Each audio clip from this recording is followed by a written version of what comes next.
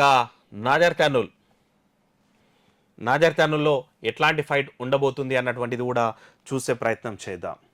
ఇక నాజర్ కర్నూల్లో వచ్చేసి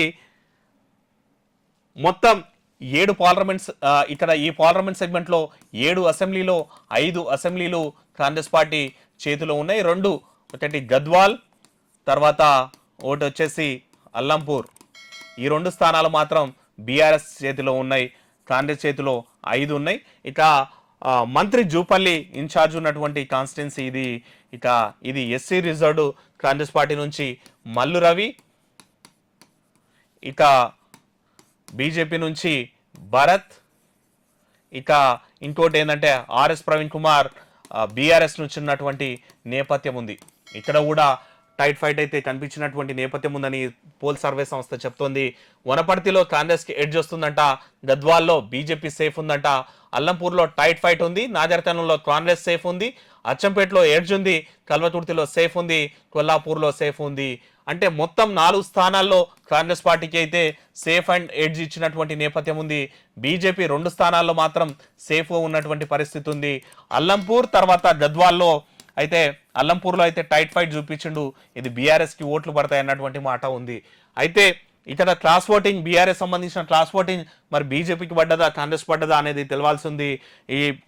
ఎందుకంటే అక్కడ ఎమ్మెల్సీ వెంకట్రామరెడ్డి తన ప్రభావం చూపించిండ్రు అన్నటువంటిది బీఆర్ఎస్కి కూడా ఓట్లు పడ్డాయి అన్నటువంటి నేపథ్యం ఉంది.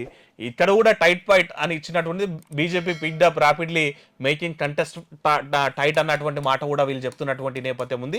కానీ ఈ సర్వే ప్రకారం 4 స్థానాల్లో కాంగ్రెస్ పార్టీకి అయితే లీడు ఎడ్జు ఇచ్చినటువంటిది, సేఫ్ అన్న స్థానాలు ఇచ్చినటువంటి నేపథ్యం ఉంది. బీజేపీకి కేవలం 2 ఏరియాస్లో 2 పార్లమెంట్ సెగ్మెంట్లోనే, అదొకటి వచ్చేసి గద్వాలు, తర్వాత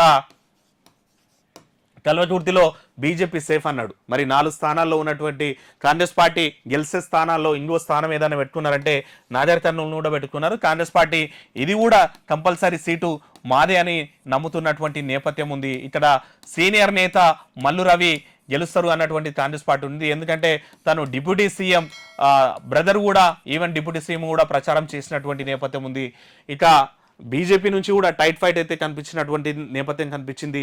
చాలా చోట్ల క్లాస్ ఓటింగ్ జరిగినప్పటికీ ఈ పోల్ ట్రాకర్ అనే సర్వే సంస్థ చెప్తుంది 4 స్థానాల్లో క్లియర్గా కాంగ్రెస్ పార్టీ లీడ్ చూపిస్తుంది, మిగిలిన 2 స్థానాల్లో బీజేపీ లీడ్ చూపిస్తుంది. ఒక చోట టైట్ ఫైట్ అనేది, ఇక్కడ టైట్ ఫైట్ ఇచ్చినప్పటికీ కూడా ఇది కాంగ్రెస్ పార్టీ సీట్ అనేది అయితే కాంగ్రెస్ పార్టీ నమ్ముతున్నటువంటి నేపథ్యం ఉంది. మరి చూడాలి జూన్ 4న వచ్చేటువంటి రిజల్ట్స్లో ఎట్లుండబోతుంది నాజర్ కర్నూలు ప్రభావం అనేటువంటిది కూడా చూద్దాం.